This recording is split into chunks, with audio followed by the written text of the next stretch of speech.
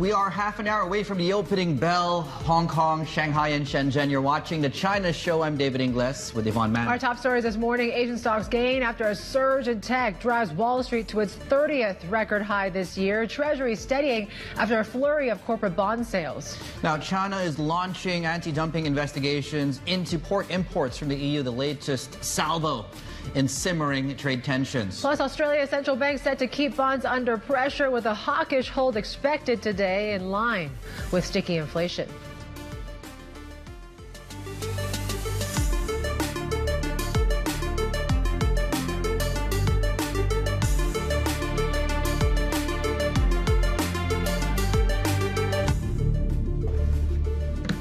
Well, it is definitely seeing optimism across most risk assets here today. We talked about that record high that we reached once again on that S&P, and really it's bank after bank. I think it's at least 3 Wall Street banks since Friday that have basically lifted their year-end forecast for that U.S. stock gauge. So certainly that lends to a lot more optimism that maybe Goldilocks is still intact here right now.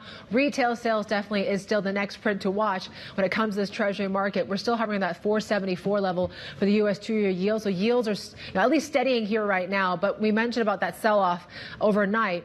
Obviously, there's been a lot of a flurry of these corporate bond sales. That certainly led to some movement in yields. But overall, I think the whole narrative now is what to do after this rally in treasuries, after this Fed meeting, of course. So certainly there's one to watch. Your yields are ticking slightly lower here in the Asia session, but really you're not seeing a whole lot of movement in the Aussie bonds so far here ahead of that RBA. Expect it to hold, but yeah, maybe they might keep that hawkish sort of bias here, just given what we saw from the minutes back in May, where they really were adopting more of a higher for longer stance here right now. Key to note, we're watching oil prices. We saw WTI back above 80, Brent's around 84 bucks, I believe. Copper, though, we're hovering around those 8-week lows here on the back of that softer data that we got out of China, which we're still digesting here right now. And iron ore, though, still seeing a decent pop here in the Singapore contracts here, up some 3%. Euro, we also saw the rebound in European stocks, so maybe a bit more stabilization on that front. Citi, though, had a pretty interesting note talking about how they're basically downgrading their outlook when it comes to European equities on this sort of heightened political risk around France and around the region here and now, and really upgrading the U.S. So does it actually make bolster the case for U.S. equities here first and foremost? Take a look at when it comes to TSMC. So speaking of tech, right, this is going to be the big focus here today, just given we saw some record highs in some of the U.S. big caps. 2.5% pop. There you go for TSMC at the open here today. So we have Citi, we have Morgan Stanley, both raising their targets for the stock here. I believe Citi is about a 12% upgrade. Morgan Stanley is a 10% lift in that price target here. So certainly they have different reasons why, but there's still more optimism around this AI trade, I believe, when it comes to Taiwan Semi. In terms of the China setup here, this is the approach to the open here right now. We talked about how yesterday was a big kind of flurry of bad news, where it was the MLF, which didn't move. We had the property data, which continued to show maybe that this industry has not bottomed just yet. We're at least set up for a flat open, at least when it comes to futures are concerned. We're still watching this, what has been this relentless rally in CGBs, and we're hearing a little bit more from policymakers that really the warnings about this rally and whether how long you can take it, especially when it comes to that long end of the curve. So 225 for your 10-year yield here right now, and 727 for the currency, Dave. Yeah, they're reiterating that earlier calls really, and just like re-upping that headline as we'd like to use it, of course, in the industry here. Just a reminder that maybe might be getting too frothy on that end. Although, we can talk about this later, Yvonne. Certainly when I think there's a great piece out when you sort of factor in hedging costs, you're getting actually better yield on 12-month Chinese paper than you do get, of course, and what you already get in 5.1%, I believe, in 12-month U.S. T-bills. More on that in a moment, but certainly, yes, we'll see what happens with the CGB space today, particularly on the long end. Copper, we talked about this. We've been talking about this, certainly. So I think we're down well over 10% from the peak. We are seeing some pressure across Chinese copper futures. There's a briefing this hour of John Lee, of course, the chief executive. In terms of sectors to watch, pork on some of the investigations taking place. Of course, as it pertains to the EU. And, of course, liquor, that's consumer staples. That's its route that we're seeing on the likes of Kweichow Moutai, which in this specific case has raised $41 billion of market cap from that specific stock, if you trace it all the way back to the peak in May. In the window for FDI numbers coming through, and we're also watching one particular stock this hour, Zijin Mining, should come under pressure. It's placing new A shares, plus I believe also convertibles at a price, I believe, on the A shares at about $15 and change. More on that in a moment. But yes, I mean, all roads keep leading back again and again to the U.S. equity market. And it seems like there's, so much FOMO going around now. When you're talking about people really going overweight on tech, mutual funds are certainly doing that. You're still seeing a lot of analysts lean towards this tech sector. So despite all these concerns about how narrow the breadth of this rally is, I mean, we're still continuing to see record after record after record. So Citi, I think, was the latest one. They bumped up their year-end target of 5,600. I believe Evercore ISI, 6,000. That's the highest among some of the ones that were tracked by Bloomberg. I think even Mike Wilson from Morgan Stanley a few weeks ago, right? Buckled a bit a few weeks ago, 5,400, thereabouts. And yeah, I mean, so I was reading also one of the posts, and just for our viewers, you can read about this too. Gina Martin Adams, of course, out of our U.S. Equity market team. So the question is, where are we in the cycle? When you look at earnings trajectory, the concerns over recession was a 2022, 2023 story. It seems when you look at earnings projections, soft landing, if not no landing, is projected. And we might give some of these sort of previous years' runs a run for their money. 30 times now, and we're just not even mid-year. Yeah, on the S&P. And this is even on the back of what we heard from the Fed, right? The fact that they've adjusted these dots to just one for this year. We did hear from Patrick Harker, the Philadelphia Fed president, also sounding quite hawkish, right? Along with Fed president from Minneapolis, Neil Kashkari, both saying the central bank can afford to be patient. One cut might be appropriate. I have a forecast for inflation, employment, and economic activity. Slowing but above trend growth, a modest rise in the unemployment rate, and a long glide back to target for inflation. If all of that happens to be as forecasted, I think one rate cut could be appropriate by year end. We're in a very good position right now to take our time, get more inflation data, get more data on the economy, on the labor market before we have to make any decisions. So we're in a strong position. But if you just said there's going to be one cut, which is what the median indicated, that would likely be toward the end of the year. Let's bring in our guest, Rachana Mehta, co-head of regional fixed income at Maybank Asset Management. And Rachana, it seems like at this Treasury rally, I think people are all examining what comes next here after we've seen these yields at least head to around year-to-date lows. I'm just wondering, how do you look at it now? Is it time to turn more bearish, or can this rally continue? Actually, I feel it's pretty neutral because I think the Treasury will trade in a range. Maybe at the low side of 10-year, you'll see 4.2. So 4.2 to 4.5 for 10-year, and for 30-year, maybe 4.3 to 4.7. So I feel that it's going to be in a range. And given that recently we had some weak U.S. data, whether it was Michigan or CPI, I think people are ready to actually buy treasuries from a medium-term perspective. So I'll be trading in a range. And recently I've heard that there is a lot of retail inflows in the long TLT ETF, which is a 20-year U.S. treasuries. So we've seen some demand from that part of ETF. So I definitely think that treasury, I don't see a big sell-off given the weaker data. So I think it's good to be long treasuries in this particular range. So you can continue to be long duration at about 4.4, 4.5 in 10-year treasuries. And around 4.2, 4.3 is just be neutral duration. So I think it's a good time. At least the volatility which we saw in the past, hopefully it has died down. Given that the recent U.S. data, especially the CPI, we have seen some slowdown. So actually a lot of market parts were expecting a rate hike. So at least that is out of question, at least for time being. Rachana, since you mentioned TLT, I think we put out a piece this morning on Bloomberg. It's, at least over short term, it might have hit a sort of overbought level. Sell signal has emerged. Do you see a scope for consolidation short term is what I want to get to as far as long-dated treasuries go?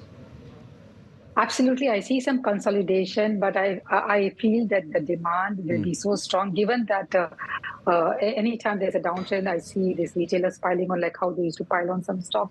So we may see that, yes, there'll be a correction and then you may see some more buyers coming in. So I feel the treasuries, from a medium term perspective, I prefer to go long duration. I think given the data is slowing and the underlying US economy started to slow down. So I think at any time, this range, I think you can just go long duration when it hits about 4.5, 4.6, and then be neutral around 4.25, I don't see that 5% range at least till the next 3 months, and then we have to take a call just before the US election. What about what's happening in Europe? I'm just wondering, It seems like things have stabilized a bit, but there's concerns of fiscal consolidation. Obviously, these oat and bun spreads have continued to spread or at least widen. Are the jitters in Europe, do you think there's more pain to come? Is that going to likely spread more around the fixed income space, or do you think we've kind of reached the end of that? I think there is more to come because I think this is just a correction, and I think people are too worrying with what is happening in Europe, especially France. We have seen recently the CDS spreads also widened out. So I feel until the elections are over, though the left and the centrist party are saying that they are willing to work, we don't know what's going to happen. Recently, we've seen a lot of political uncertainty across wherever the elections are held. So definitely, I see a lot of uncertainty. Actually, a lot of people are bullish Europe before this election happened. So now I think a lot of people are paring down the call because that Europe was actually because ECB cut rates. So actually people are thinking, okay, Europe is a good asset class. Means the whole of Europe, the equity or fixed income is a good asset class to go in. But now, given this uncertainty, I think people are paring back. So I definitely think there's more uncertainty. But in terms of credits or treasuries, I think they will continue to do well because people will look for carry and slow down elsewhere, especially in the Europe. So I think Asian credits will continue to do well because there is limited supply. And I think you're still getting, I think it's all about a yield game. You're still getting IG names at 6%, high names at 7-8%. So I feel that part of the sector will continue to do well. Maybe not capital appreciation, but more a carry perspective. And I think because of what's happening in Europe, you may see some flight to quality in US treasuries also, which actually will make sure that at least the treasury, the bottom, or it's holding up well rather than going much higher in terms of risk. Yeah, and just to clarify there, Rachana, so I think you mentioned it's perhaps time to take on slightly more duration in treasuries. Since you mentioned Asian credits, IG and or high yield, do I take on duration as far as this part of the world is concerned, or am I happy in the sort of 2 to 3 year range, 5 to 6%, 7 to 8%, as you mentioned? Yeah, I think for Asian IG, I think the spreads are all-time tight. So I would prefer maybe 3 to 5 year kind of bonds, both in high yield and IG name. Preferably, if I want to go long duration in IG, I would prefer Middle East, sovereigns and quasis, basically 10 year, 30 year. We have seen a lot of issuance out of Qatar, Saudi Arabia. At least they are actually trading slightly wider in terms of spreads over the last couple of weeks. So if I want to take duration risk, I would try to take in sovereigns and quasi names in Middle East. But for Asian names, I will just stick to 3 to 5 years because the spreads are all-time tight in Asia. Part of that Asia trade, I'm just wondering, I mean, we talked about the amount of foreign flows into Chinese debt last month reached a record. I'm just wondering, it seems that that's helping the whole capital outflow situation given the weakness in the currency. But the CGB rally, I mean, you have, obviously there's the prospect of rates could go lower. People are still banking on that despite we didn't hear anything move this week. But then again, you have policymakers also warning not to take this rally in the long end too far. Can you go against that in any way? Yeah, I don't think we can go again, but I feel the rally, because given what's happening in China's economy, we have seen actually mixed numbers. So I think they need to actually do more in terms of stimulus, especially in the property sector. So I think the rally may continue for some time. Maybe I think the 10-year, like 2.2, 2.3, and 30-year, maybe 2.4, 2.5 in terms of yield. I don't see a big rally going forward. I think it's more a carry game, just like Malaysia, where you buy 1 year or 2 year bonds and hedging back to US dollars. At least you are getting 30, 40 basis point pickup, and at least you don't see the volatility which you are seeing in treasuries, correct? So people don't mind buying the 10 and 30 year CGBs and hedging it for 1 year and at least get a better carry, similar, slightly better carry than US treasuries, and not see that kind of volatility which we have seen recently in US treasuries. Rachana, maybe just taking a further step back, I know you cover fixed income. We've talked a lot about that. I'm wondering, though, this exceptionalism we're seeing in equity markets, have you seen outflows from your hood, is what I'm trying to get to, and or are you still seeing the same sort of interest because you are getting some income still in this market? Yeah, actually, in terms of outflows and inflows, we are pretty neutral. We haven't seen big outflows or big inflows, especially on the fixed income space. Same thing with equity space also, you know. Oh. Okay. Rachana, thank you so much. She's vanished. Yeah. Just in time. Yeah. Rachana, it was great to speak with you, and teach us that trick. If you don't know what we mean, maybe watch it back. There we go for our viewers. Live TV, folks. Rachana Mehta, their co-head. She was there, I promise you. Regional Fixed Income, Maybank Investment. It wasn't just in our heads. Where are we now? Well, we're at time of the day for the midpoint of the day, aren't we? Yes, so it's still at 7:11:48 here this morning. Obviously, we've been talking about a little bit of that weaker renminbi, just given the disappointment of the data. MLF here yesterday. There you go. We're still hovering at those 727 levels. More to come ahead of that open. This is Bloomberg.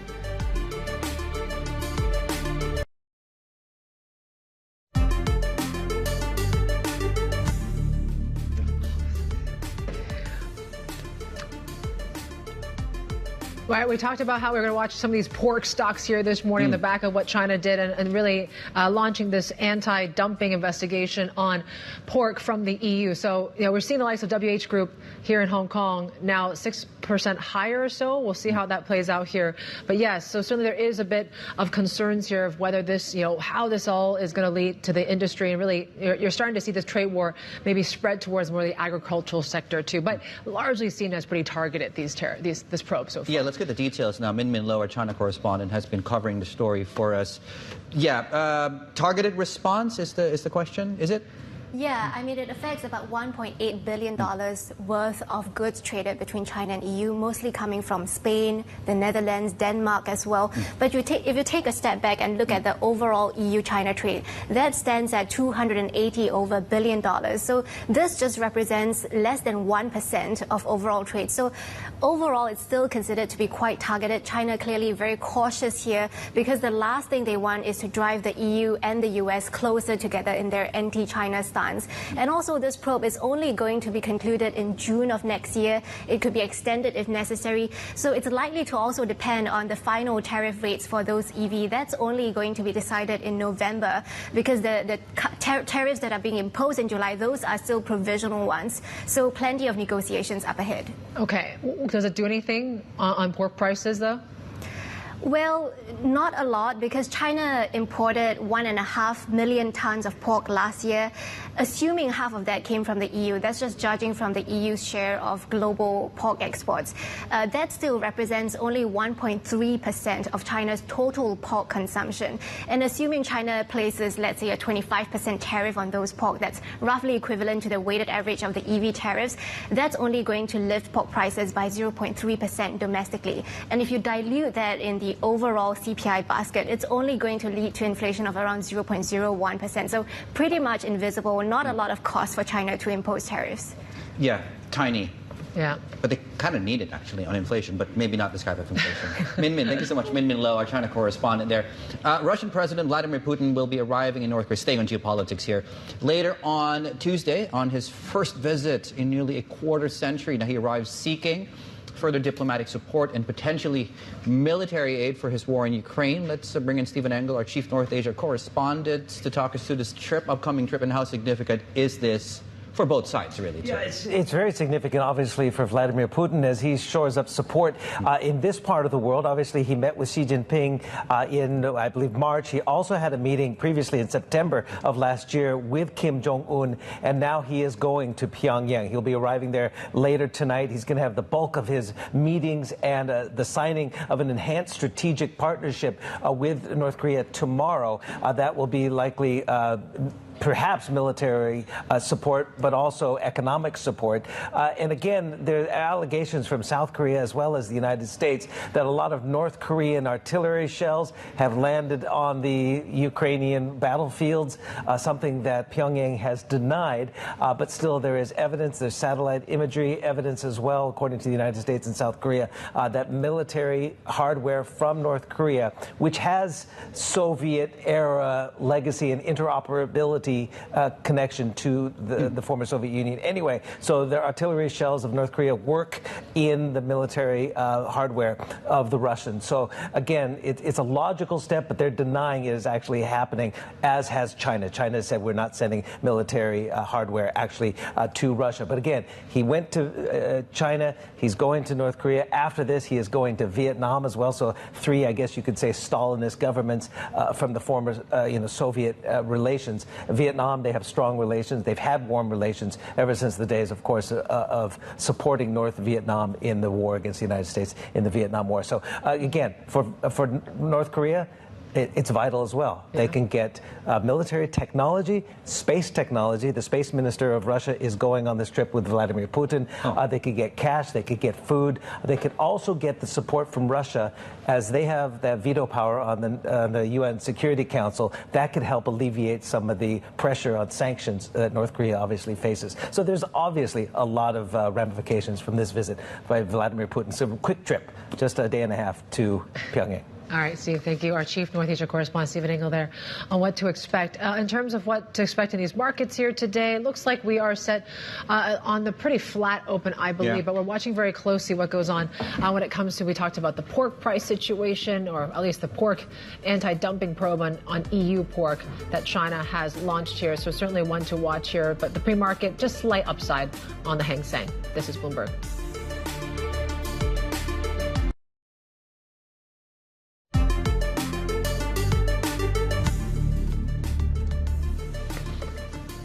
Your pre-market's looking like this. Just keep in mind, we're coming off quite strong tailwinds in the U.S., so, a tenth of 1% perhaps isn't doing any of the China bulls any favors. Although that said, of course, the Hang Seng Index did manage to shake off the early cobwebs yesterday to close, I think, flat, if not slightly lower for the day, depending on which benchmark you look at. For the setup for today, though, this is fairly consistent with the region.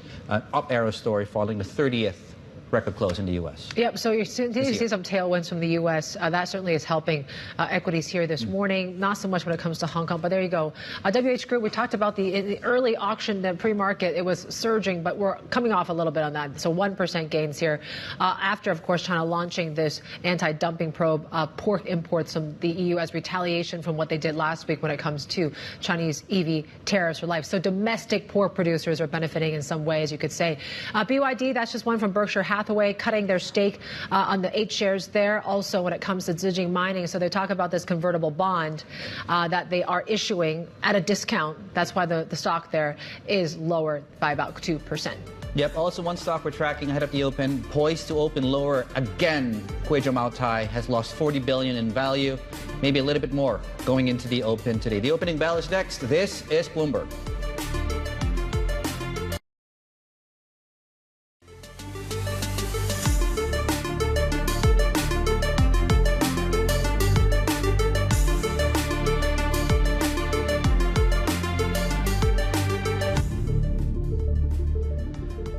Welcome back. You're watching the China Show. We're counting down to the opens in Greater China here this morning. I'm not seeing a whole lot of momentum around Hong Kong or China here today, despite what we're seeing across DMs and what really has been this tech-led recovery, and that's driving this S&P hitting a 30th record for 2024. We're looking ahead to U.S. retail sales. Europe also stabilized a bit overnight, so that should be helping the equity case here this morning. But yeah, not a whole lot going on right now in Hong Kong, Dave. No, yeah, and certainly the visibility issue is certainly in favor of the U.S. Pound for pound, you look at where the economy is in the U.S., you look at where rates are probably going to go down, and you look at trajectory projections, right? You are getting a lot more conviction going into the open in the U.S. markets, right? Plus, there's a home bias where you have a lot of dollar investors that did dabble into the Chinese markets, drove this market up.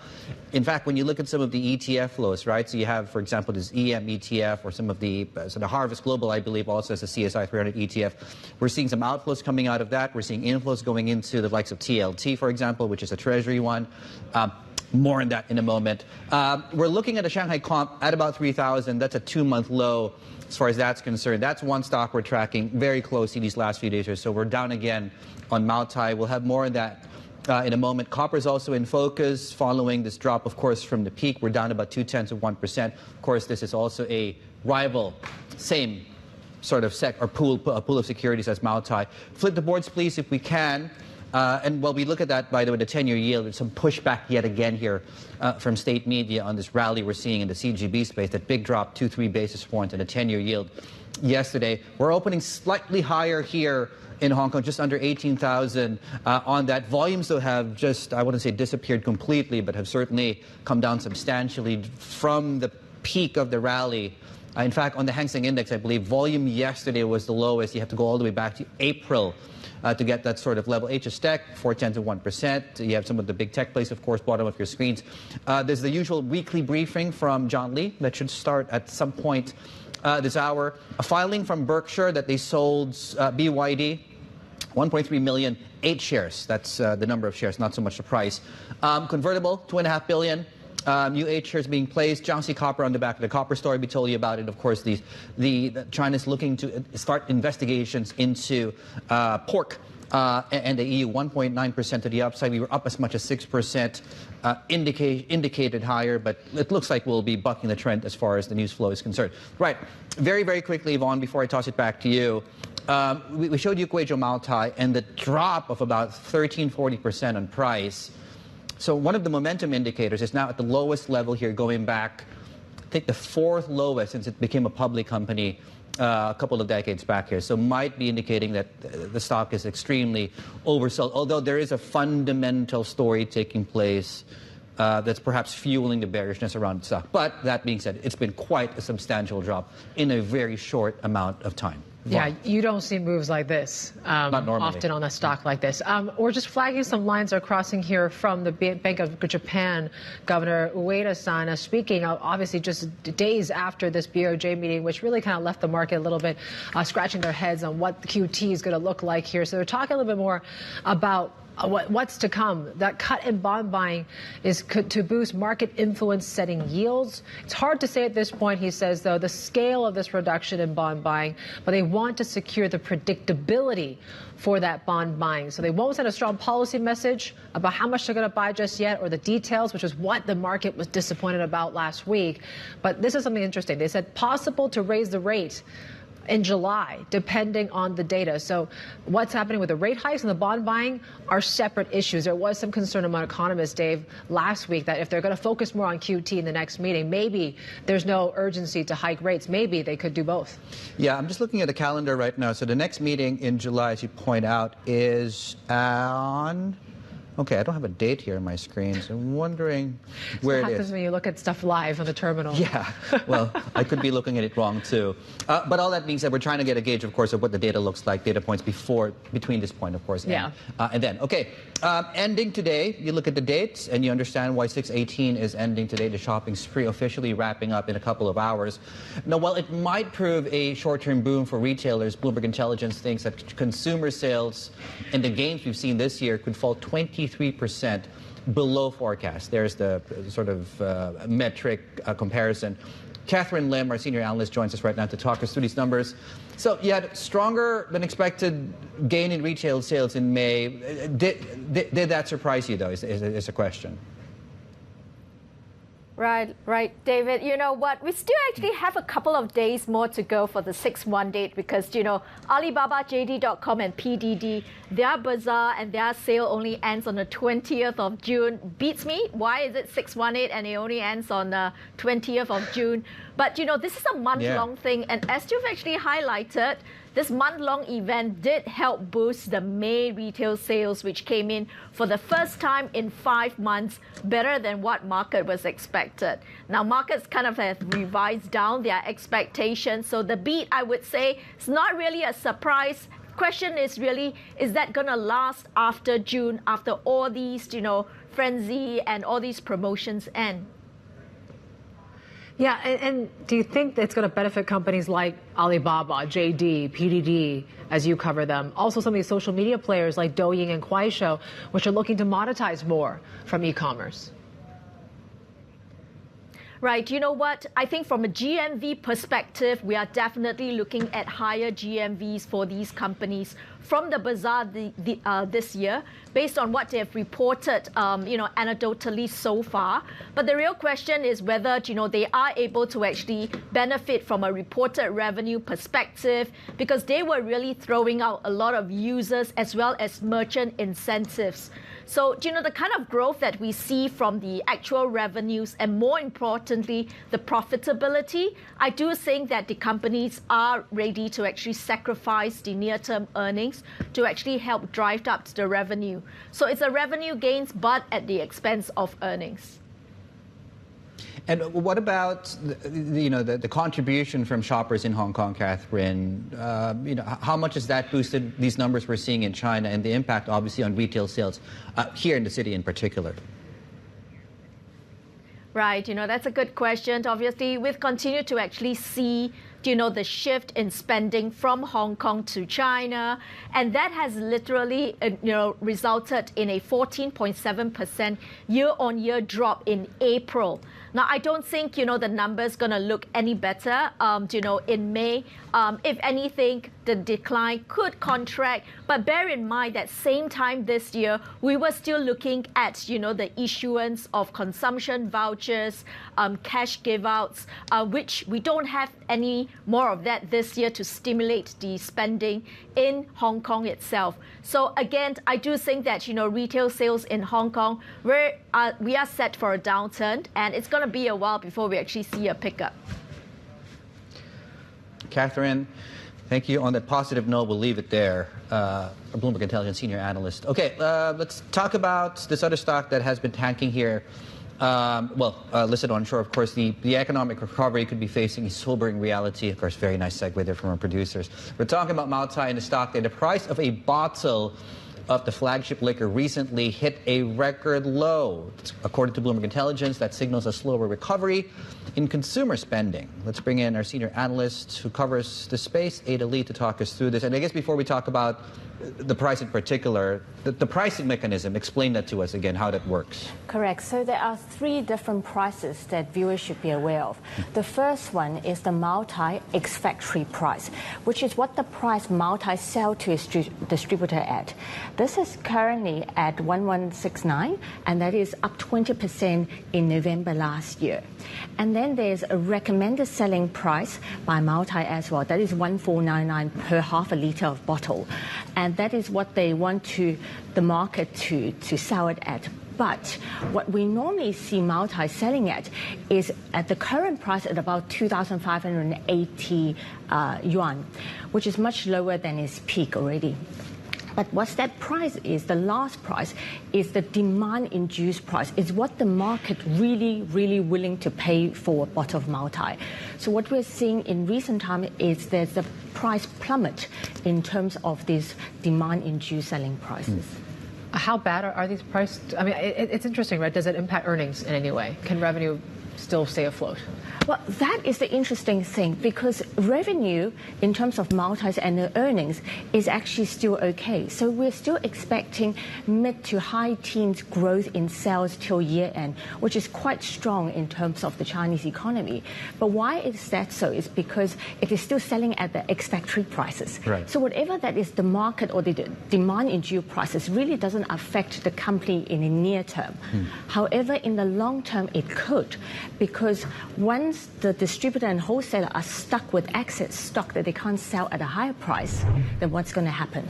Right, and we every time this company comes out with earnings, we always talk here about how inelastic demand is almost for the product. Yeah. Didn't they raise prices on the factory? Yes. On the factory gate, was it recently? Was it late last year? November last year. Is there a risk that they take that back because of what's happening on the retail side? Is I guess the question.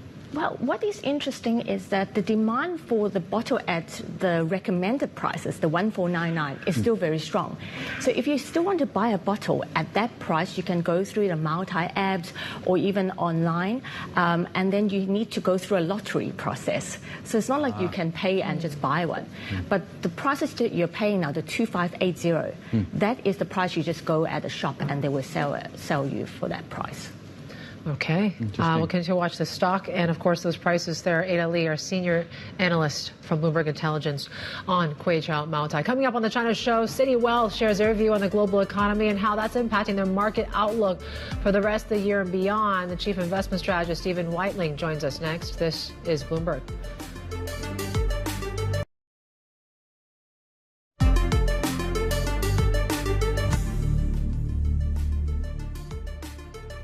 Right, welcome back. You're watching the China Show. We're 12 minutes into the cash market session. A glance, though, at across the pond, as they say, the Great Pacific.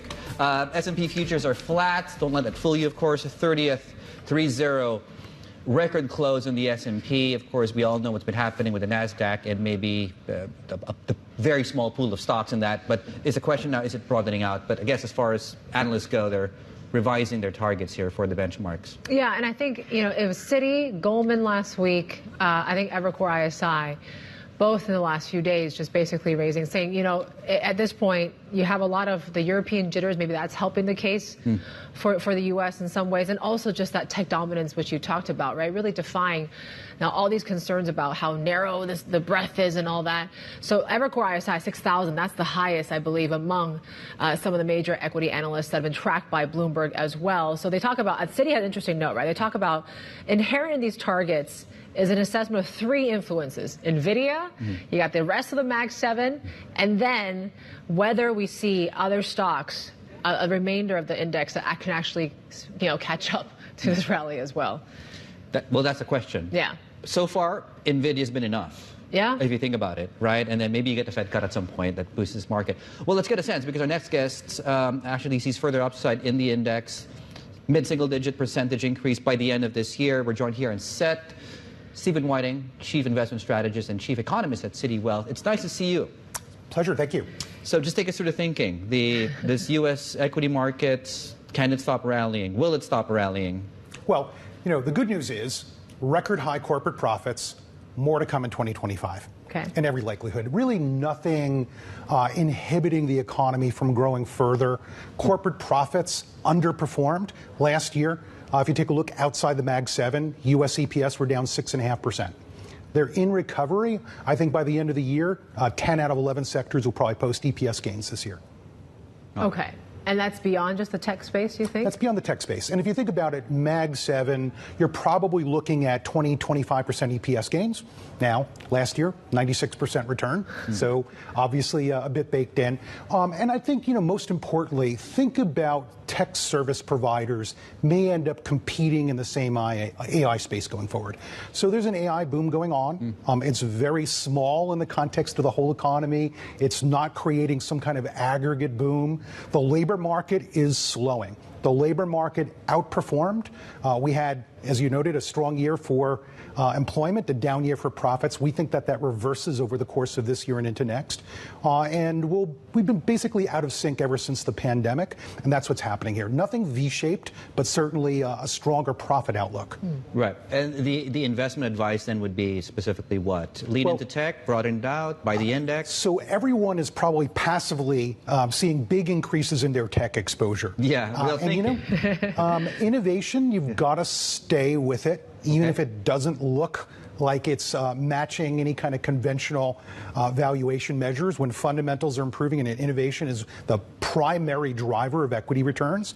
But now we think you can broaden out, you can diversify, you can take less idiosyncratic risk on a few companies, because 10 out of 11 sectors and multiple parts of the world economy are going to see improving profits. So you can take down your risk some and be a little less greedy with the headlines. Okay. What do you think, what part of this market is, indiscriminately ignored and shouldn't be ignored right now? Well, look, whether or not it should be ignored, for global investors, you're taking a look at, a deeply depressed China. Yeah. You're looking at the property market. Some of the measures are off 57%. you couldn't repeat that decline again, right? And it's not to say that anything comes back quickly, and there are, obviously political, economic dynamics. If you were a long-term global investor who's not overweight China, who's not, there, you'd have to think about that as a potential for a turnaround. It's a really lagging part of the global market at this point, and you just want to consider that. But you're given, a wide range of opportunities. Income is back. At the core portfolios in fixed income. Yeah. You can build 6% yielding U.S. dollar portfolios for 4 to 5 years. We talk about portfolio returns compounding at 7%. It doubles your money in 10 years. It's important to note that if that is achieved, you can do this with assets that don't go up and down 20% every year. Right? You can actually do this in a sustainable way in portfolios because we basically restored income and value in many parts of the equity market outside of the big innovators in large cap tech. Yeah, we're just firing this chart just as a bit of background here for our viewers. Certainly when the data suggests if you have a global asset allocation model, if you diversified away from the U.S., you wouldn't have done very well compared to sitting on the S&P 500. So I guess the question is, there is a value to maybe diversify your bets. It's very hard to sell that, though.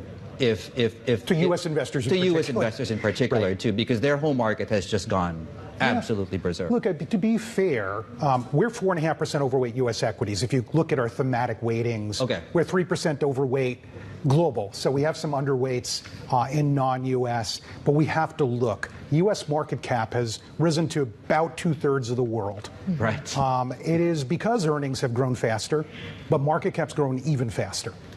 And if we take a look through history, we can't find, any cases in modern times where the U.S. had some sort of crisis that the world didn't, right?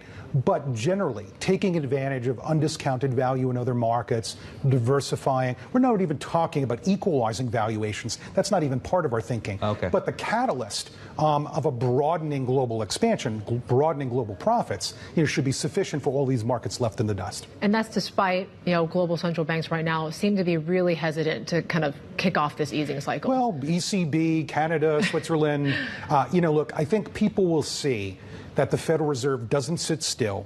It's a highly activist central bank. It's given all the excuses in the world other than the trailing data just aren't just perfect yet.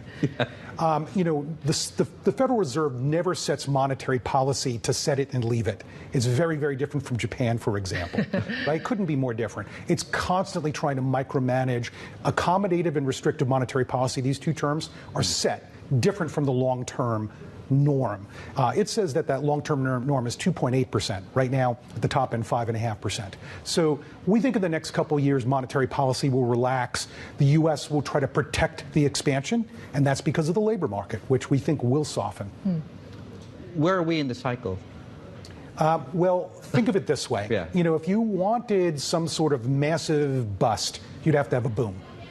And like I said, there's some narrow boom signs, within AI, nothing that's driven up the broader economy to anything that looks like a boom. What we've had is a lot of stimulus during the pandemic years, and we had a rescue in reverse, try to take all of that away, and the private sector never got into a really strong boom dynamic. So I think it's not that vulnerable. And we could find that this could be a very long expansion, even if it's unremarkable, compared to what we've had in the past, which have been, 9-10 year cycles. It's possible. Yeah. And Steve, it's interesting. It's rare that we hear U.S.-based guests like yourself be so optimistic about China, I feel. Optimism is kind of hard. It's really, what we saw is a lot of endogenous technology in China, very different from other emerging markets. And, that being something you could be optimistic about for many years until the situation changed and companies were not allowed to perform in the way that they had, during the run up to, let's say, 2021. Okay. How are you increasing your allocation then to China? Well, look, it's very measured. Okay. Close to benchmark. We're talking about, 4% allocation of a global portfolio. Yep. That's a mix of, a wide range of assets. When we hear about clients, who have put all of their money down, taking a very, very, strong view, they're looking at big losses behind them in both credit and equities markets. I have to look at that from the perspective of what sort of untapped value is there. But we approach this cautiously. And again, there's a lot of things that are going to happen. There are particular political risks in the U.S. that could impact China more than some other markets. Broader Asia, though, is an area where there's a lot of capital deepening. There's more capital per worker, which generates economic growth. In some places, it's been allowed to show through to profits and shareholder returns. Japan is an example. We're overweight. It's worked in India to a certain extent. And these other markets. Look how strong Taiwan's market is. Right? Again, with technology, which again was widespread across the region, in some cases, certainly in China, let's just say. And it's not been impossible for markets like Japan and Taiwan to have strong returns. Fantastic seeing you. I mean, great to have you here. Let's continue the next one on Japan, India, and it feels like there's a lot more to unpack there.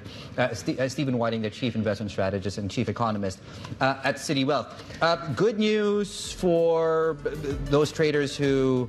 Good or bad? Well, it depends. I was thinking. I'm trying to rejig it in my head, right? So if you previously enjoyed a day off because of the typhoon in the city, no longer the case from September 25. Hong Kong will start allowing trading in these markets during typhoons from that point in time. All right, you still got a couple months though, and it's been raining almost every single day, so you might still have a few before that does go into effect. We got plenty more ahead. This is Bloomberg.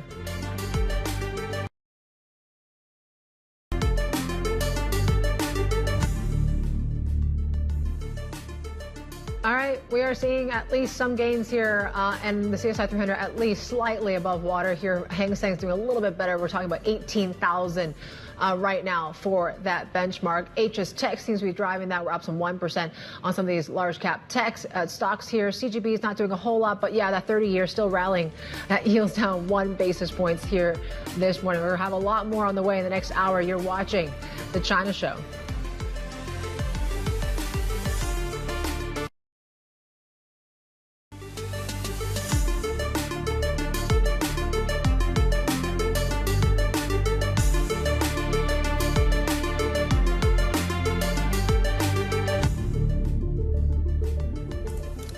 Welcome back to the China Show. Here's a look at the HSI just a half hour into the session, and we're still seeing some gains, session highs, but it's actually not as good as what we're seeing for the rest of the region here, and definitely not as good as what we saw in the U.S. markets. They're notching that 30th record for the year on the back of this tech sort of driven rally, so that certainly is helping the Hang Seng here this morning. And yeah, that latest news, if you're a trader, you got to come in during Typhoon Day starting in September. Yep, so you have about 3 months to adjust to the new normal, if and when, of course, that takes place. We'll take you straight back now. This is, of course, taking place in Perth. That is the Chinese Premier Li Qiang. He is visiting a Tianqi lithium factory there over in the city, of course, as part of his visit across Australia. Of course, the big meeting yesterday, signing memorandum of understanding. And that's, of course, a shot of maybe some of their shoes and some of the ground they're walking on. There we go. Situational shots, as they say, of course, in the industry. Okay, speaking of geopolitics, so a couple of things on this, a lot of information. So TSMC, Citi and M is raising the price target for the stock. We'll show you TSMC later on. What you're looking at, these are pork producers in China, some of which are rising on the back of China announcing the opening of some of these investigations there. That's step one, I guess, into that process. Now, as part of this, TSMC, as we promised you just now, should be up 2.5% last we checked, helping raise the overall benchmark in the region 0.7%. There we go. There you go. Okay. What's the story here? So it's Citi and Morgan Stanley, as you saw in that sub-headline. Basically, they're saying different things, though. When it comes to Citi, they're talking about upward earnings estimate revisions, stronger utilization rate recovery, better advanced node demand. It's all about that AI story, right? Exponential growth in AI data center. We see improving. So when it comes to Morgan Stanley, it's more about the Apple phone, right? So what they're saying is basically more upside for this stock from Apple Silicon and Edge AI iPhone processors. So they're talking about these new Apple Intelligence announcements that we got last week. That bodes well, according to that team there. So reiterating that overweight for that stock. Calling the TSMC the long-term AI semi winner. Oh, okay. Well, it's the only one that makes the leaders, some of the accelerators there, right? So 2% to the upside there, 0.7% across the region. S&P futures are pulling back a little bit as well. So if you're looking maybe to diversify, if you haven't already, I think that's the operative word here. away from a narrow pool of equities in the U.S. TSMC, as some of the banks have told you just there, is a way to go. We have a rate decision coming up in Oz in about 2.5 hours from now. We'll get you a preview of that in a moment. In the meantime, though, of course, the broader conversation around global markets, rather, I'm having trouble talking, is, well, where are we? Well, first, where are we on this Treasury rally following the softer numbers from about a week and a half ago? We had some indicators suggesting that we might be overheating on the long-dated rally. But then again, of course, if the data continues to deteriorate, then of course we could see that rally even further. Yeah, it's interesting you mentioned to Maybank too about, have they seen any sort of outflows given how, inflows to equities is basically has not stopped, especially in the U.S. And we continue to see bank after bank upgrading their forecast for the S&P 500. I believe Evercore now is the one that's 6,000, which is the highest.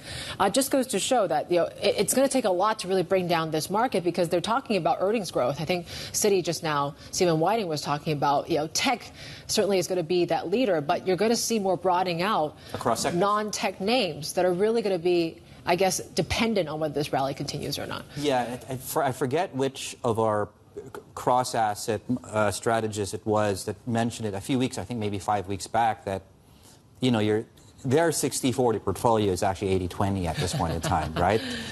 Given the weakness we're seeing in the fixed income space, and just it's how hard it is to really step away in a big way from the equity markets. Well, why not? We'll take it straight back here to Leach. Oh, okay, not. S&P 500, as we go, 30th record high here for the year. There's a Fed conversation. It's managed this despite the Fed pushing back at that notion that they'll cut rates anytime soon. Yeah, we heard from Harker, we heard from Neil Kashkari. Here's a listen. I have a forecast for inflation, employment, and economic activity, slowing but above trend growth, a modest rise in the unemployment rate, and a long glide back to target for inflation. If all of that happens to be as forecasted, I think one rate cut could be appropriate by year end. We're in a very good position right now to take our time, get more inflation data, get more data on the economy, on the labor market, before we have to make any decisions. So we're in a strong position. But if you just said there's going to be one cut, which is what the median indicated, that would likely be toward the end of the year. Let's stay on the central bank theme and talk about the RBA now. So in about 2.5 hours from now, we're set to get that decision out of the central bank. A hold, if you look at the forecast from economists, 12-year high still, then when you look at the cash rate, you have sticky inflation, certainly a main part of the conversation still. Swati Pandey is with us right now, our economics reporter joining us out of Sydney. So Swati, just take us through, the expectation is fairly clear. What are the underlying reasons why the RBA won't be able to move, at least anytime soon? So the Reserve Bank has left interest rates unchanged since November of 2023. They have been a reluctant hiker in this tightening cycle, in fact, despite very high inflationary pressures.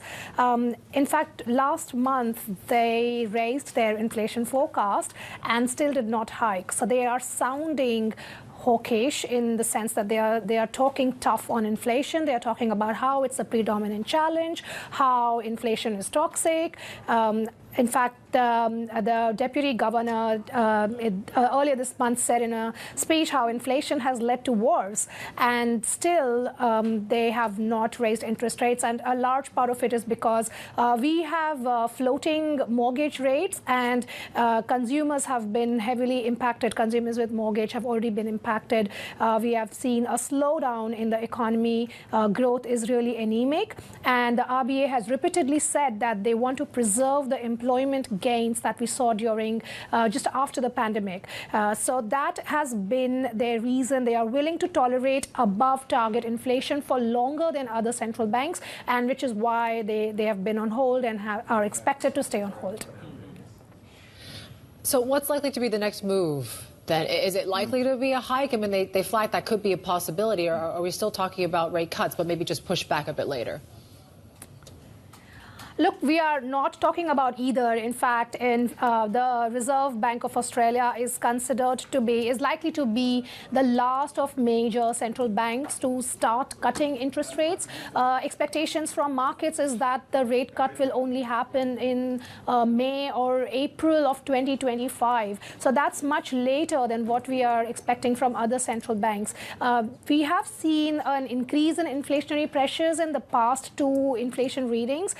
If that continues, the next report is in July, and if that continues, we could see a hike. The RBA Governor Michelle Bullock earlier this month said we will not hesitate to raise interest rates if we see inflation moving in the wrong direction. So that is a possibility.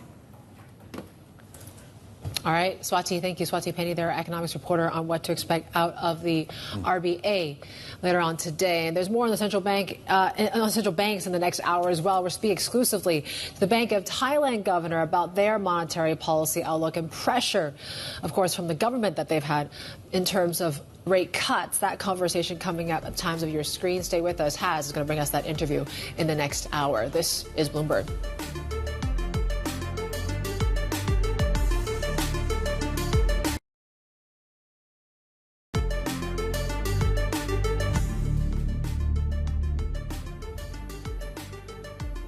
All right, we have North Asia, Australia. There you go. All doing quite well here. In fact, it really is Japan that seems to be the leader. We're up close to 1% on the Nikkei here. Watching those Toyota shares very closely here as well as we get closer to that shareholders meeting. For more on that, let's bring our global business editor, Karen Lee. It's expected that Akio Toyoda, the chairman, is going to get an earful at this meeting. What's expected? A big day for shareholders of Toyota and for all of us here who are watching it, obviously. And there's a few things to watch out for today. So what we're looking at is Akio Toyoda. He's very likely to be reelected. That's not really up for debate. But Japan has had a widening probe of car safety certifications, and that is something that we'll be looking at. That means Toyota's approval rating is in danger of dipping from a record low last year. And at the same time, company leaders are going to need to calm concerns about oversight, board independence, and shared governance. So that's the scene facing Toyota's executive board as we move into this meeting today, and that's something we're all going to be watching really closely along with shareholders. Yeah, well, how's the company been doing? You know, there's been good news and bad news. Shares have plunged about 10% this month, but they had an incredible year last year. I'm looking at the numbers for Toyota now. It raked in 5.4 trillion yen in the fiscal year through March. That's $34 billion. And that made it the first time that a Japanese company has surpassed that $5 trillion threshold. Production and sales were also rising. And that really cemented Toyota's status as the world's top car maker for a fourth consecutive year. So obviously, all of that context is something that really puts today's meeting in a big spotlight. We're going to be watching to see how this goes with a lot of interest. Karen, thank you so much. Karen Lee there, our global business editor, just getting us up to speed here on the Toyota story and, of course, what to watch. Big day today for shareholders and the company. Who's going to be in the spotlight? We'll see. Right. Some other stories that we're tracking at this point in time. Adidas says it's investigating allegations of corruption that's in China after getting an anonymous letter alleging potential compliance violations by some employees. Now, screenshots of the letter that circulated in China show it claims workers received kickbacks from external service providers. Now, the company has already faced consumer boycotts in China and a significant hit to its sales.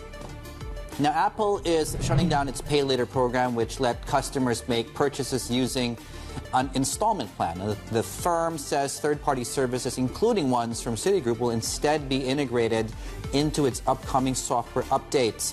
Apple launched its Pay Later program in the U.S. last year using an in-house platform. Now, the GameStop CEO, Ryan Cohen, says he's focused on turning the video game retailer around by boosting profits and also avoiding the hype of the meme stock frenzy. Now, Cohen was speaking at an annual shareholder meeting that was delayed from last week because of technical issues. GameStop has struggled to pivot away from physical stores to a digital-first strategy. Revenues without profits and prospects of future cash flows are of no value to shareholders. This means a smaller network of stores with an expanded assortment of higher value items that fit into our trade-in model. We're not here to make promises or hype things up. We're here to work.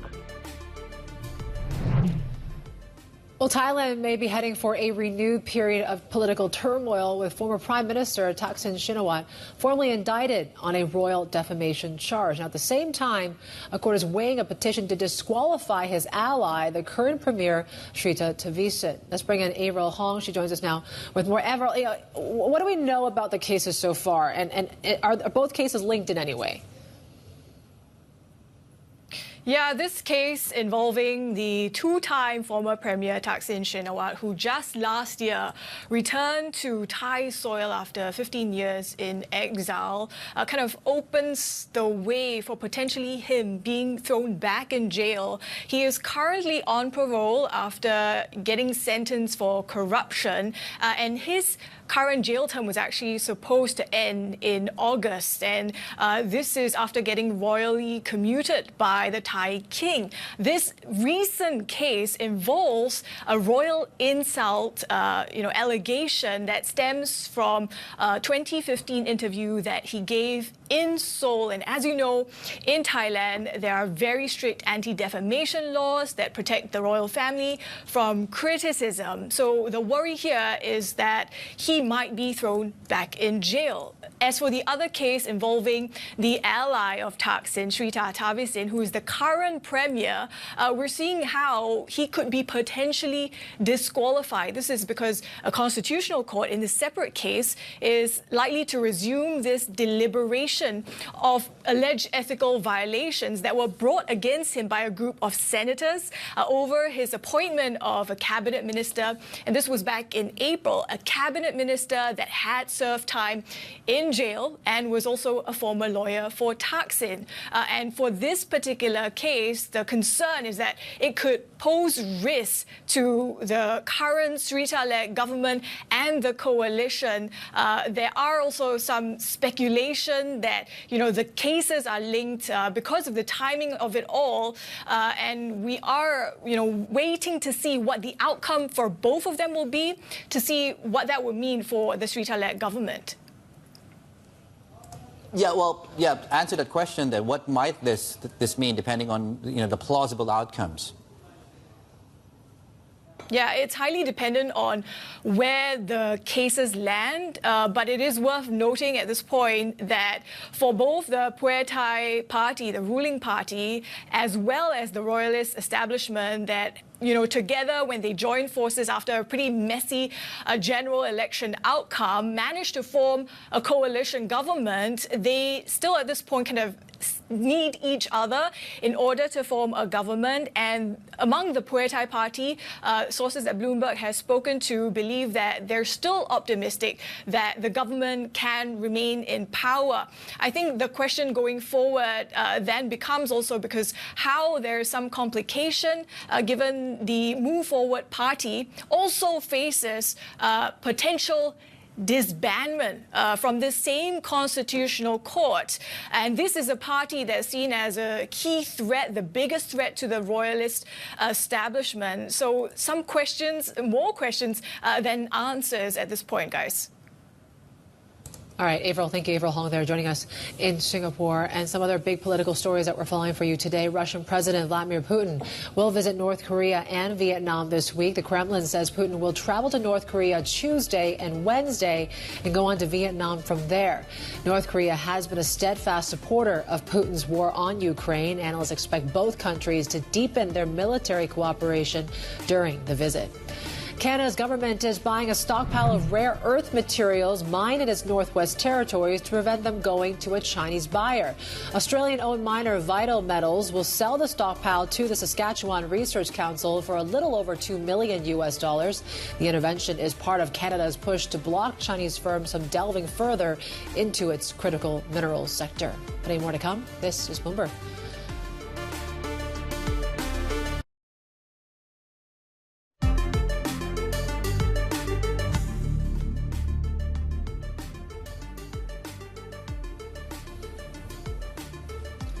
All right, just a glance at the the bond space right now, so a couple of things, right? And we'll talk more about this in a moment. So, China pushing back a little bit more on this rally. There's an RBA decision, of course, taking place, and, of course, commentary coming through out of Japan earlier on bond purchases and the possibility of a rate hike at its next meeting, which I've now checked is July 31. There we go. I found it. It's at the end of next month. So July, I thought, only ended on 30. So there was an extra day, which I inadvertently left out. Speaking of leaving an extra day out, there's now a correction coming through from the Hong Kong government, I believe, here on the start date of when Hong Kong will be allowing trading during typhoons. Yeah. So it's September 23rd now. That's the latest there. Also, when it comes, you talk about this relentless rally in CGBs. It's interesting, right? I mean, this is despite what they keep pushing back against this, but without any sort of intervention, or at least clear intervention, and I think people still think this rally can continue, especially in the 30-year yield. So certainly that's one to watch. Let's talk about Marathon Asset Management Chairman and CEO Bruce Richards. He says that the strength of the U.S. economy means the Fed will proceed cautiously and slowly when it comes to rate cuts. In the meantime, he told us why investors should stay bullish on both stocks and credit. Yes, the inflation number is getting softer and trending down towards that 2% goal that everyone wants to see, and that's really good news. But here's the thing that I'm thinking about. If you're Fed Chairman Powell, are you going to ease so quickly when equity markets are all-time highs, job markets are incredibly strong and robust, and the economy is strong? Because if you were to ease, might it just inflate a little bit more the economy, equity markets, and cause these animal spirits to come back and inflation to come back? And so they're going to go, I think, very, very slowly and very, very cautiously. So you might expect one ease or two eases and then a long pause to see, did it do anything to reinflate inflation? Yeah, but all this ends up being academic to a certain extent, because we keep talking about what the Fed may or may not do. And the question I guess I really have is, does it matter, right, at least in the here and now, for the economy and the markets? I mean, 25 basis points, even 50 basis points of easing. Does that have a material impact? The U.S. economy is so strong, and the reason why it doesn't have a material impact is because the Fed really doesn't matter. And that's really hard to say. No, they don't really matter, given the amount of fiscal stimulus that's happened. And the fiscal stimulus has been so exorbitant, so huge, never before seen in a growth market like we've had, and yet it came through in trillions and trillions and trillions. We're talking about the Infrastructure Act, the CHIPS Act, and many other acts that added trillions of stimulus at the time the Fed was tightening. So I would say that you're right about that. It is a bit academic, because here we are at higher rates and the economy is just fine. You have to stay bullish because the economy is strong, jobs are strong.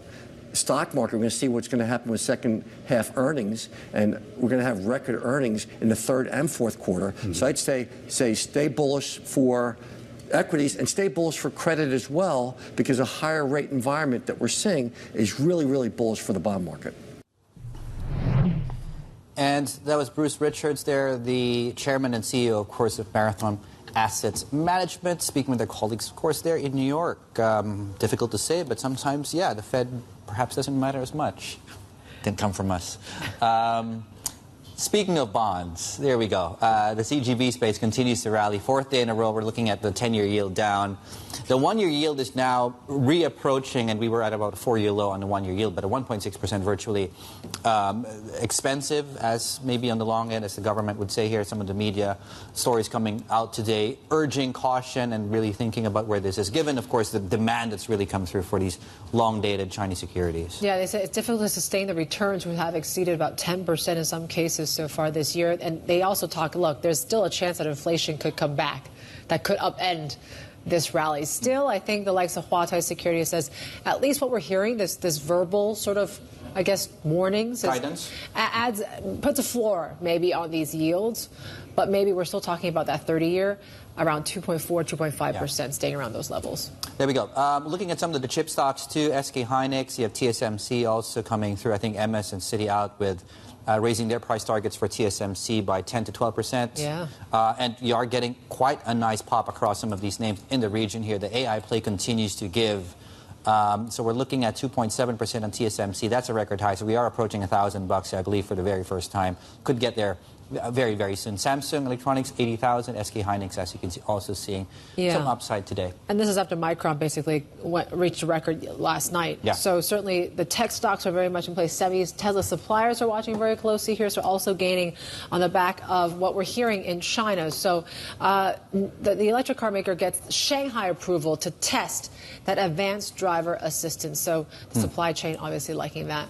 We got plenty more ahead. This is Bloomberg.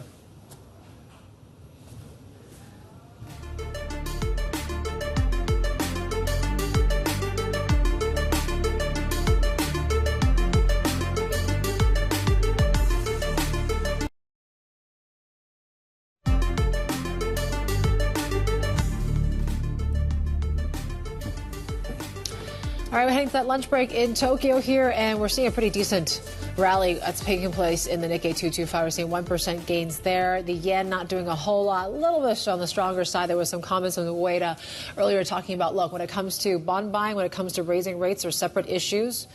There was some concern that maybe if they're going to focus more on QT, that they may not be able to hike rates. But maybe July very much, though, despite all that, is pretty much live, I believe. Yields not doing a whole lot here in the JGB market this morning. Dave, what else are you looking at? Well, I'm trying to look for catalysts, really, at things to talk about. It's extremely quiet in a sense that equities have been gliding higher, and it's been very difficult, of course, to stand in the way, particularly as far as the U.S. markets go.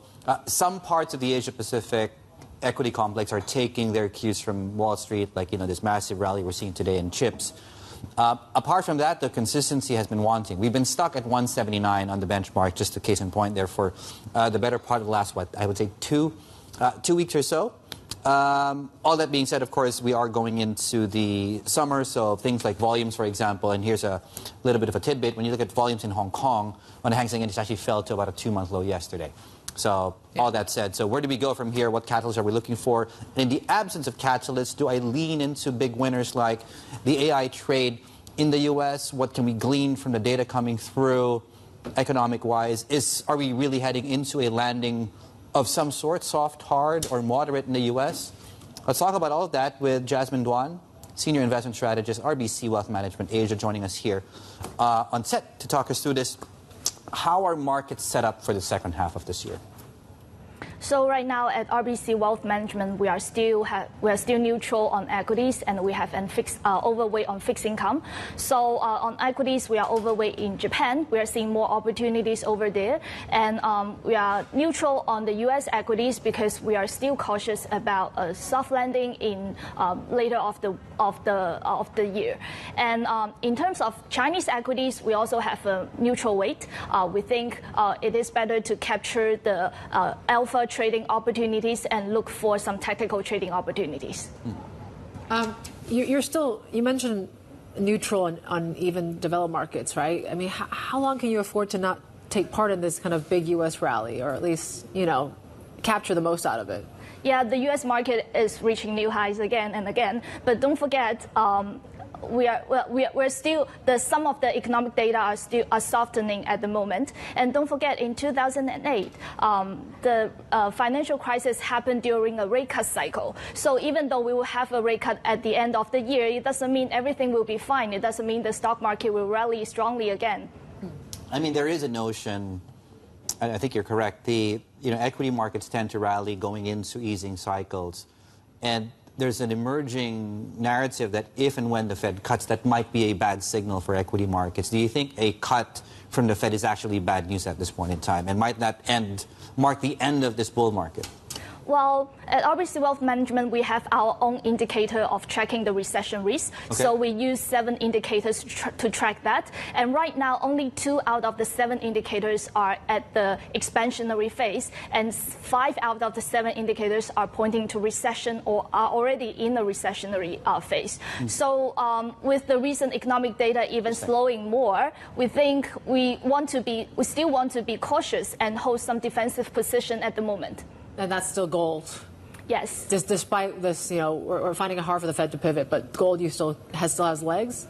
Yeah, for gold, we think a major point is the central banks buying and also diversifying their FX reserves, and we continue to see that trend. In the past, the global central banks are buying 2 to 3 million ounces per month, but right now they are buying 7 to 8 million ounces per month. So unless we see that trend changing or slowing down, we will revisit our view on gold. Right, but I think China stopped buying gold recently. Do you think that was temporary, or do you think they will continue to bulk up on their gold reserves? Right now, we think is temporary because they do have some data shows that when the gold price are reaching new highs, they tend to slow down their buying. But after a while, they may the buying may pick up again. So it doesn't mean the trend is changing or reversing. So we want to monitor for a bit longer. It's interesting your note on China. It seems like there's a lot of property news. I mean, the data yesterday was pretty bad. You know, there seems to be still this sector cannot bottom out.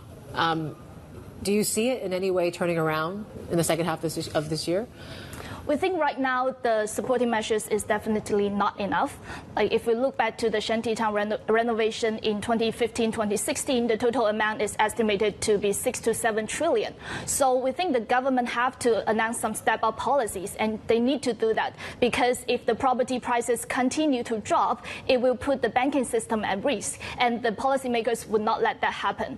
And also, we will argue that right now it seems to be an oversupply issue in Chinese property market, but in the next 1 or 2 years, we may see an undersupply issue in some higher tier cities, simply because the demand and supply for the new starts, the gap has been wider and wider. And for example, in 2019 to 2023, the new starts, the housing new starts has down by almost 60%, but the purchase is only down by 40%. So in higher tier cities, we are likely to see a housing undersupply in the next 1 or 2 years. And just to follow up on that, is that a good leading indicator, or what would be the best leading indicator that the first tier cities are really starting to turn the corner on the property story? Is it property prices, housing starts?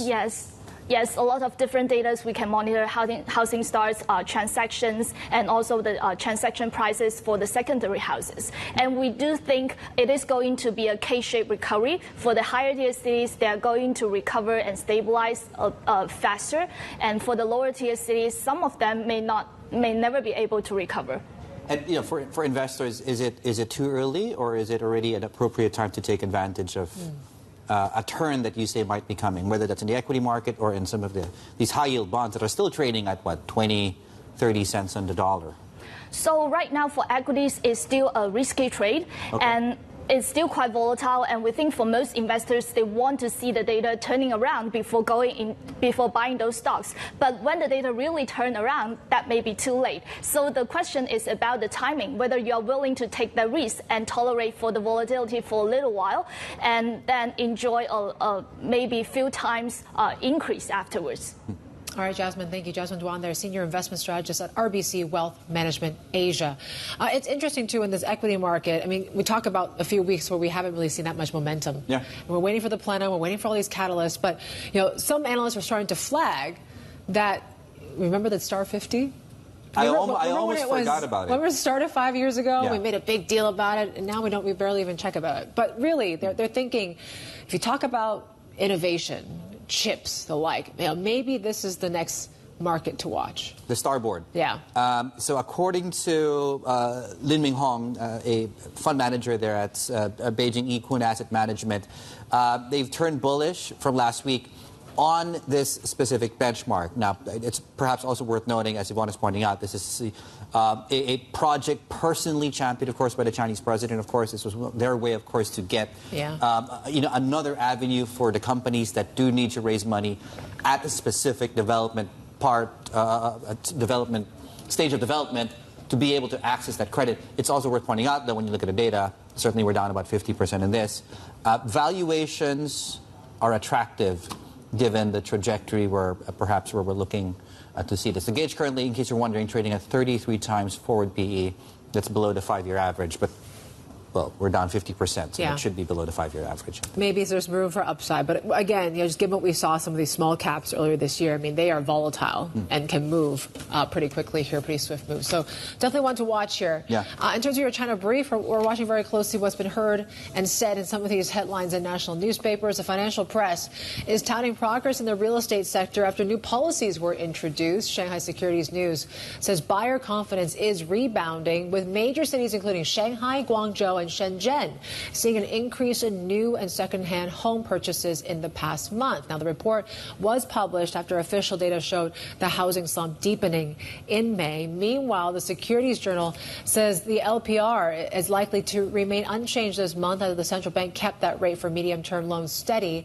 But it does quote an unnamed industry insider who says there is room to cut the LPR in the third quarter to reduce financing costs and keeps banks' net interest margins stable.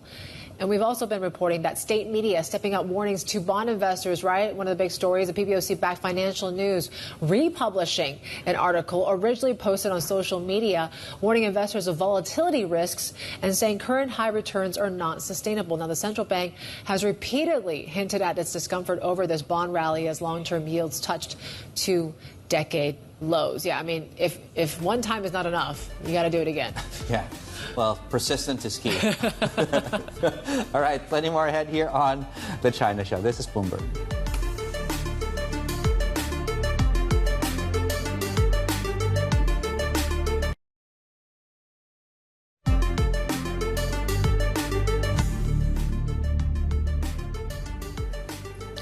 Welcome back. You're watching The China Show. Let's talk about mining and dig deep into some of the issues here. So Indonesia has become a global giant in producing nickel. That's a critical component, of course. Goes into things like batteries, for example, that then go into electric cars. But there is a dirty and sometimes deadly secret behind the success story, and Bloomberg has been investigating, and that's the topic of today's Big Take. This island was once covered in forest. Now it's being transformed into a global hub for nickel, a metal crucial for making electric vehicle batteries.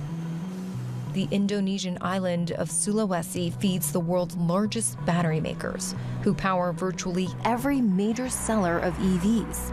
And that's coming at a major cost. 13 people have died and dozens more are injured after an explosion at a nickel plant in Indonesia. People in Sulawesi say they're risking their lives and health to make a living. There is air pollution. Cheap power in Indonesia comes from coal. These are very dirty facilities. Kemarin ada salah satu teman saya yang terkena percikan potongan besi. Itu sampai menimbulkan cacat permanen. This has been a big economic success story despite the environmental and human cost. And certainly decision makers in Jakarta don't intend to wind back their promotion of this industry anytime soon.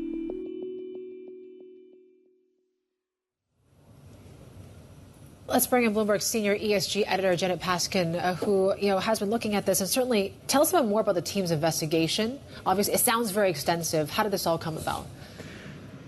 So the explosion in Morowali last Christmas Eve was horrific in terms of lives lost and workers who were injured.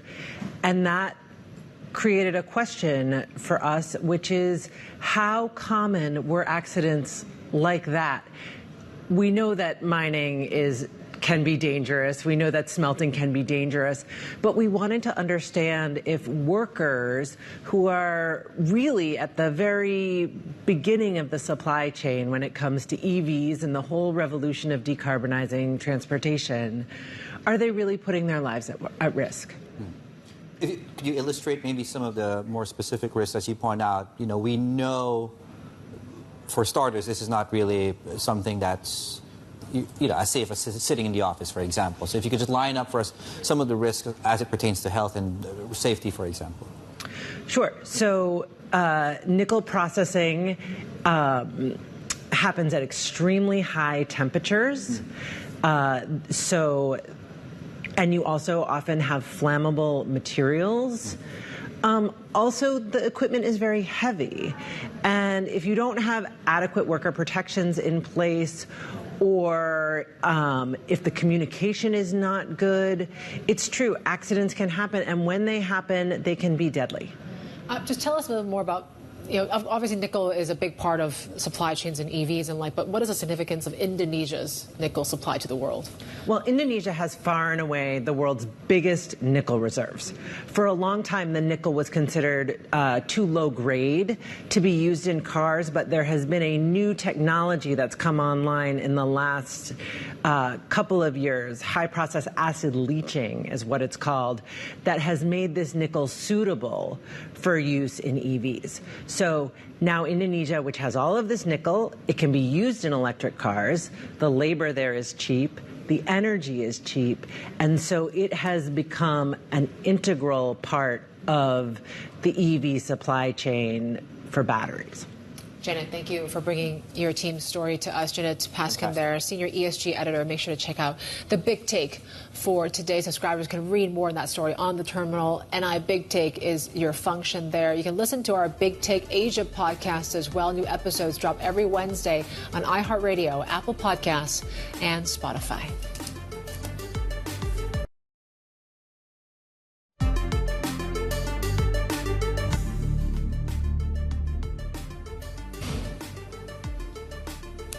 Right, welcome back. Glance at markets right now, 0.5% to the upsides. We are at session highs on this. Following the tailwinds we are feeling still out of Wall Street. More on what's moving these markets in a moment, though. An update, though, on these severe weather conditions here in Hong Kong, and of course some of which you're seeing on your screens there, August 2017. I remember that specifically. So the update here is Hong Kong will now allow, well, when I say now, from the date on your screens there, trading to continue during typhoons and major storms from late September. Now, the decision will end decades-old practice that left the city an outlier among financial hubs. Chief Executive John Lee says the transition period provides ample time for market players to prepare. Now, Hong Kong is typically hit by about 5 to 8 typhoons each year, but not all reach the high alert that then trigger the shutdowns across trading here in the city. Now, another story we're tracking is former Thai leader Thaksin Shinawatra has been formally indicted for a royal defamation charge. The accusation stemmed from a 2015 interview. Thailand's strict law protects here that the royal family from criticism. Now, a court is also weighing a petition here to disqualify the Prime Minister, Sethaput. Thaksin, he faces allegations of ethical violations after appointing a cabinet minister who then spent time in prison. Yep, and a big interview coming up in just a few minutes. We'll be speaking exclusively with the Bank of Thailand governor. He has been facing quite a bit of pressure from the government, but so far is resisting their calls for a rate cut. Let's get to our Markets Asia co-anchor Haslinda Amin. She's at the central bank headquarters in Bangkok and joins us now. Obviously, there's a lot of questions about where this Bank of Thailand is leaning towards now in terms of this rate cutting cycle, inflation dynamics and the like. What's expected? Well, we know that the central bank has stayed pat for about 4 meetings in a row, Yvonne, keeping rates at 2.5%, the highest level in about a decade, and it is expected to stand pat in the coming months if analysts are correct. Of course, this is an economy that is the second largest in Southeast Asia, but growing at the slowest pace. It has struggled to recover from the pandemic and hence the pressure from the government to cut rates. But as you said, the BOT governor has stood pat, he has resisted, he has maintained his independence, and that is important for investors, and no flip-flopping where that is concerned. But we know in recent weeks, in recent days, in fact, the government has suggested perhaps that the BOT raises its target, its inflation range from 1% to 3%, and that is perhaps an attempt to yet get the BOT to cut rates again. So we'll get opinions from the governor himself in just a moment to see where monetary policy is headed, where his opinions are when it comes to growth as well as inflation. Yeah, that Thai baht is also pretty weak as well. I think it's only second to the yen as one of the weakest currencies out there here so far. Thank you. Our Bloomberg Markets Asia co-anchor Haslinda Amin joining us there from the Bank of Thailand headquarters in Bangkok. From Bangkok, we're going to go to Tokyo, where we're hearing a little bit more from this shareholder meeting for Toyota. So this was no surprise that they did reappoint the chairman, Akio Toyoda. But of course, we're looking for more details. We don't know the percentage of the votes so far, but at least he keeps his job. But he's been facing a lot of pressure, whether it's about safety scandals, all the like here. So certainly there is some more questions to be asked here. They also voted against this climate disclosure proposal. Obviously, the company has had a pretty bumper year overall, despite all these scandals and the like. But certainly a lot of people also want to know more about this EV strategy for Toyota, too. Yeah, and, the backdrop, too, for markets here is the stock has dropped. So you're seeing it up today, but it's dropped, I think, about 10%, if not mistaken, from a certain high recently. We'll keep you up to date on things taking place at the shareholders meeting taking place there at Toyota. Very quickly, other movers we're tracking at this point. We're looking at, well, let's start things off with Zijin Mining, big miner, gold mining stock in China. We're down 2.4%. Convertibles, $2.5 billion, give or take here. It's selling that at a price which is slightly near, of course, where we are currently, slightly further away from the close yesterday. Hence, the declines we're seeing in this market. All that said, right, this move up in gold prices has really lifted many of these stocks to these specific levels, and you do understand why perhaps there is a lot of rationale, right, to raise money at, strike while the gold iron is hot, as they say. We're looking at TSMC, of course, listed in Taiwan. That stock is up 2.6%, and this one getting an upgrade, too, from Citi and Morgan Stanley. So both talking about the whole AI situation, but obviously they had different takes on this.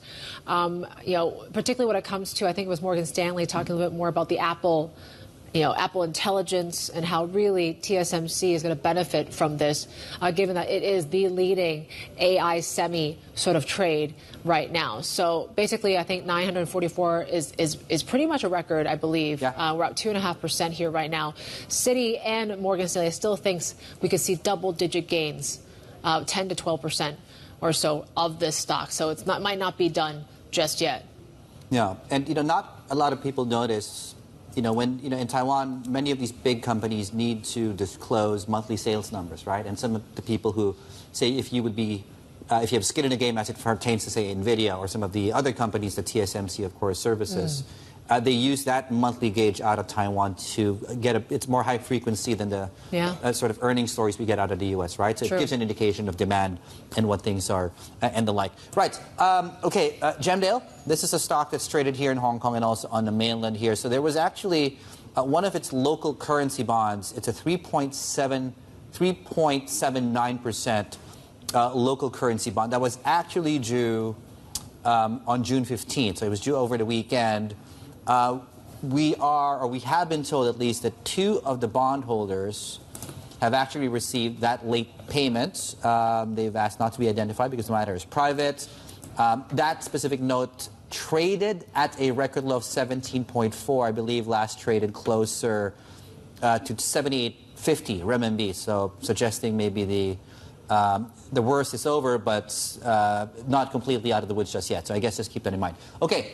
Back to geopolitics, WH Group, some of the pork producers coming off highs, still higher for the day, though, after China started, of course, these anti-dumping investigations on EU imports. Right? Yep. Yeah. RBA is next. That's it. Looks like they're set to hold, but looking for the guidance here and really where they're leading for the next rate move. This is Bloomberg.